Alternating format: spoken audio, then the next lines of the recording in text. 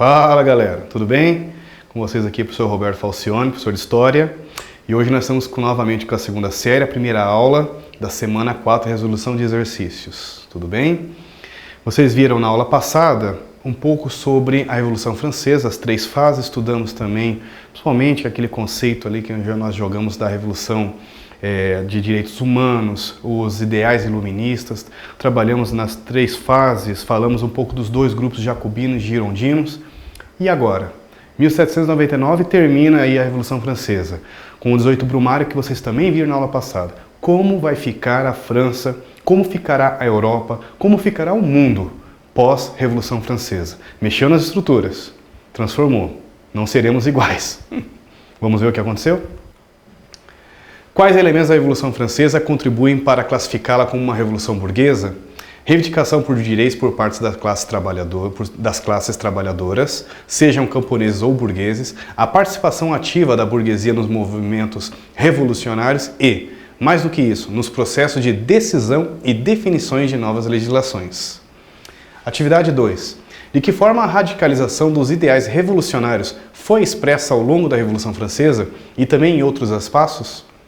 Na Revolução Francesa, essa radicalização ficou evidente no período da Convenção Nacional, no qual a guilhotina foi bastante utilizada. Destaque aqui para o Robespierre, que nós falamos sobre o incorruptível, para eliminar opositores dos jacobinos, que era o grupo radical, bem como buscou-se implementar as reivindicações dessa classe, como o sufrágio universal masculino. Peço desculpas aqui, é masculino. Sufrágio universal, meninos, significa voto universal, masculino, tanto masculino quanto feminino. Então eles estavam buscando, e não a questão do voto censitário, que era o voto por questão de renda, se apenas homens votavam. Eles querem o sufrágio universal. Todos têm acesso ao direito ao voto. Esse era o objetivo deles. Fim da escravidão nas colônias. Foi nos espaços coloniais, no entanto, que os ideais da Revolução, em seus aspectos mais radicais de liberdade e igualdade, foram implementados. A exemplo da Revolução Haitiana e sua independência. Nesta aula vamos ver campanhas, Império Napoleônico. Então, Napoleão Bonaparte, super general, super estrategista, um mini senhor de 1,50 m, como diriam as fontes, e eu sei que em casa vocês estão perguntando, então é verdade que ele era baixinho?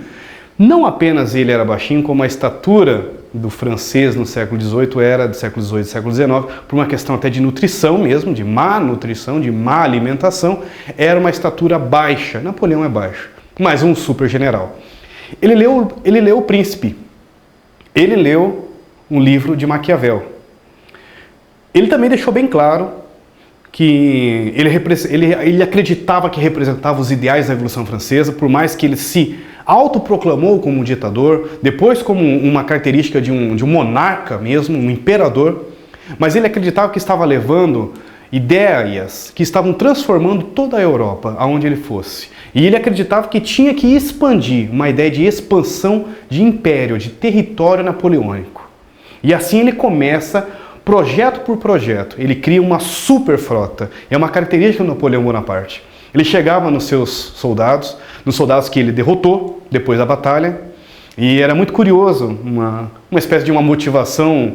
Ele dava uma oportunidade para a pessoa decidir o que ele queria.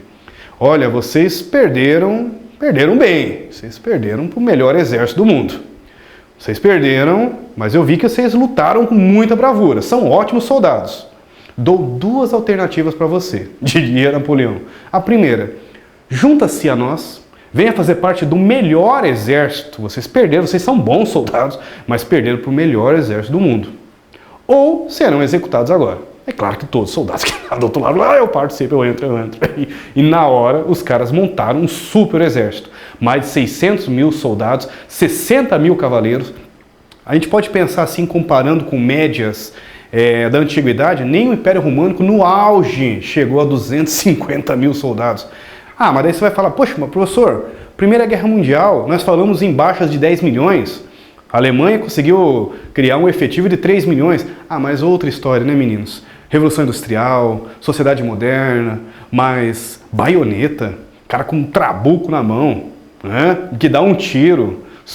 É batalha de um tiro. não é batalha de morteiros, de granadas, não é batalhas feitas com metralhadoras automáticas, semiautomáticas. São batalhas ainda realizadas. Um tiro e depois, meu amigo, baioneta. Baioneta é aquela parte da frente do rifle, né? Onde ficava uma espécie de uma faca de 30 centímetros, que ali era teu segundo suporte. Você deu o tiro, só tem um tiro. Para você recarregar o cartucho demorava, depois você vai ter que ir para força física. E isso era uma batalha até o século XVIII. Então, você ter 600 mil soldados, você tinha o maior exército do mundo. E foi isso que Napoleão fez. Analisa as afirmativas a seguir a respeito da expansão napoleônica. Afirmativa 1, meninos e meninas. Inglaterra, Áustria e Prússia mantiveram-se aliadas ao Império Napoleônico. Afirmativa 2, expansão napoleônica impactou no fim do Sacro Império Romano Germânico. Afirmativa 3, em acordo de paz, russos e franceses dividiram o território europeu. Meus amigos, apenas 2 e 3 estão como opositores. A número 1, Inglaterra, Áustria e Prússia mantiveram-se aliadas ao Império Napoleônico. A Inglaterra foi o calcanhar de Aquiles de Napoleão Bonaparte. Napoleão tinha o maior exército terrestre, porque a Inglaterra, desde o século XVII, é considerada a rainha dos 7 mares. Ninguém passava por ela. Ninguém conseguia vencer a Inglaterra. Como uma alternativa, Napoleão falou assim, olha, realmente, pelo mar não tem como vencer a Inglaterra. Por terra nós temos o melhor exército. Como vamos vencer a Inglaterra? Próxima atividade, bloqueio continental. Acompanhe comigo aqui. 2. Explique o que foi o bloqueio continental e quais foram suas motivações.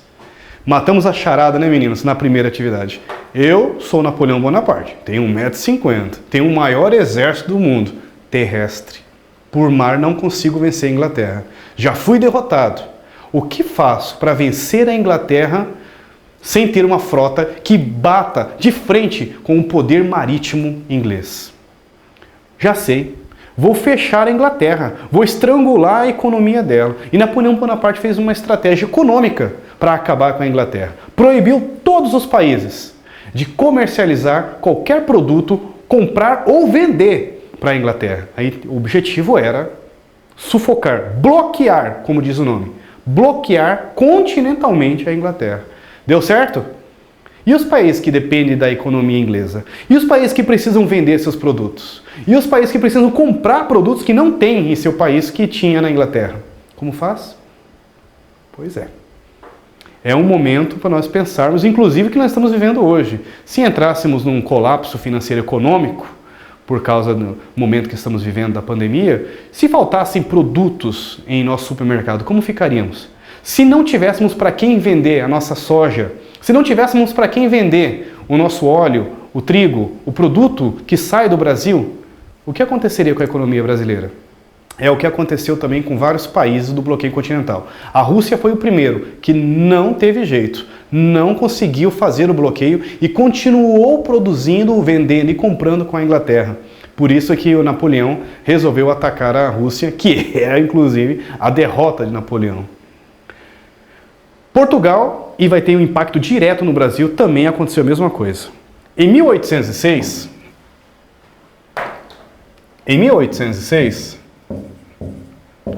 Dom João VI, que era então o monarca, o príncipe, na verdade, de Portugal, recebeu o ultimato. Assim, olha, bloqueio continental, decidam ou para o lado da Inglaterra ou para o lado de nós, do Império Napoleônico. Porque senão nós vamos invadir Portugal. Decida, você tem tanto período para fazer essa decisão. Dom João pensou, 1807, segurava até onde dava para não dar essa resposta, porque sabia que se ficasse a favor da França, a Inglaterra também estava preparada para atingir e atacar Portugal. Para piorar a situação, Portugal também está numa região frente ao mar. Então ela também seria alvo fácil da frota marítima inglesa. Se também ficasse a favor da Inglaterra, Napoleão Bonaparte iria aceitar a negativa e iria invadir Portugal. O que fazer? E para piorar a situação, Napoleão já tinha invadido a Espanha e colocado inclusive o seu irmão para ser o novo imperador da Espanha, que é a fronteira com Portugal. O que Dom João tinha que fazer? Fugir. Inclusive fugindo para o Brasil. Em 1808, chegando ao Brasil, com uma comitiva custeada e também protegida por uma frota naval inglesa.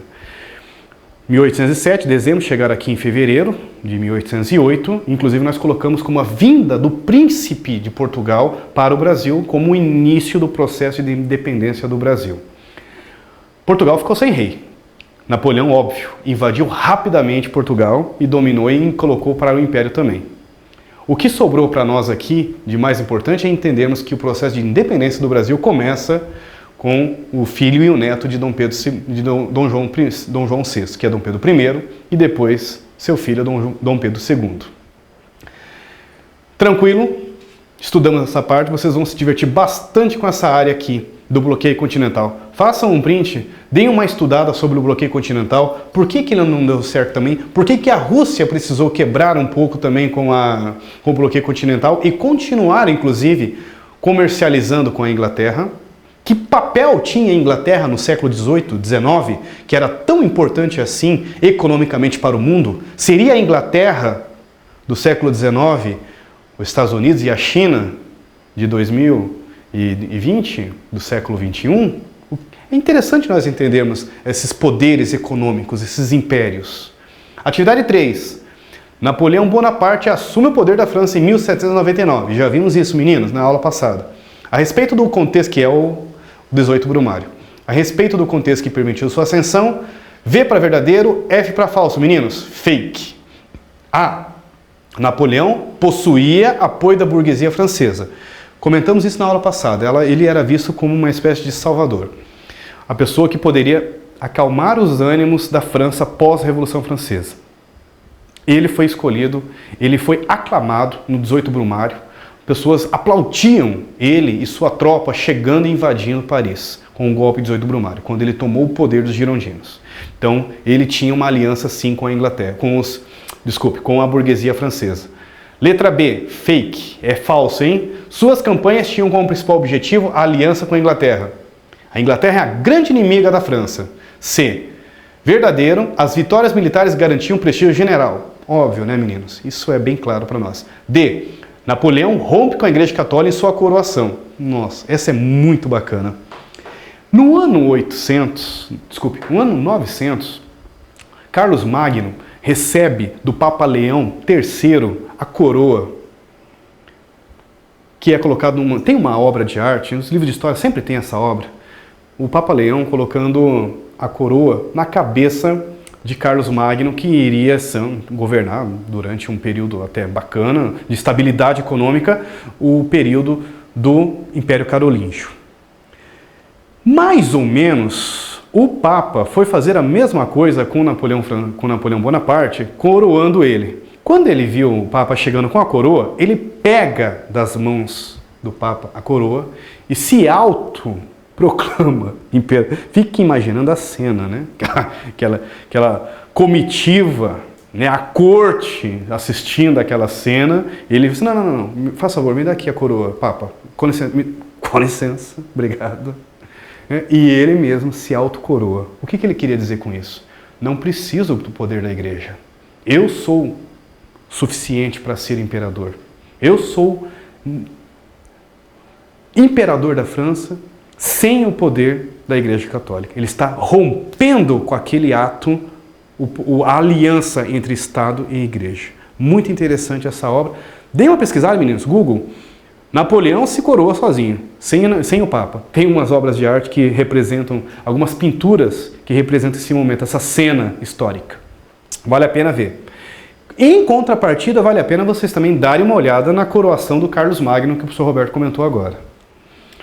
Vamos lá. D, então, é fake. Napoleão rompeu com a igreja em sua coroação. E, por defender os ideais revolucionários, Napoleão possuía apoio popular. Também é fake. Napoleão tem apoio popular, mas ele defende os ideais revolucionários. Não por isso. Napoleão combate os ideais revolucionários, permitiu aproximação com a burguesia francesa, o que contribuiu para que assumisse o poder, permitindo o combate aos ideais revolucionários. Ele tem essa visão, ele acreditava Mas, na verdade, o que Napoleão Bonaparte faz é romper com os ideais de democracia, com a ideia de república, inclusive, que era implantada na Revolução Francesa. Isso é uma característica interessante. A letra D, rapidinho aqui, só para nós confirmarmos aqui, afirmou-se que Napoleão se autocoroou por não aceitar que houvesse um poder superior ao seu. No entanto, não há indicações de rompimento entre França e Igreja Católica, uma vez que o país manteve sua confissão no período napoleônico e na sequência. Vamos usar um conceito de afastamento, então. O nosso livro está trabalhando com a ideia que não há um rompimento, vamos colocar como um afastamento. Aqui está bem claro, na letra B novamente, né?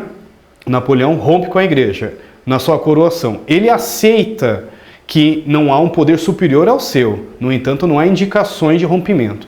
Um afastamento. Napoleão governa e está passando a sua mensagem, quando ele se autocoroa, dizendo que ele é suficiente para governar, que ele não precisa de uma legitimação no seu poder, não precisa da igreja para legitimar o seu poder. Então vamos colocar como um afastamento, seria acho que um conceito histórico mais interessante para nós aqui.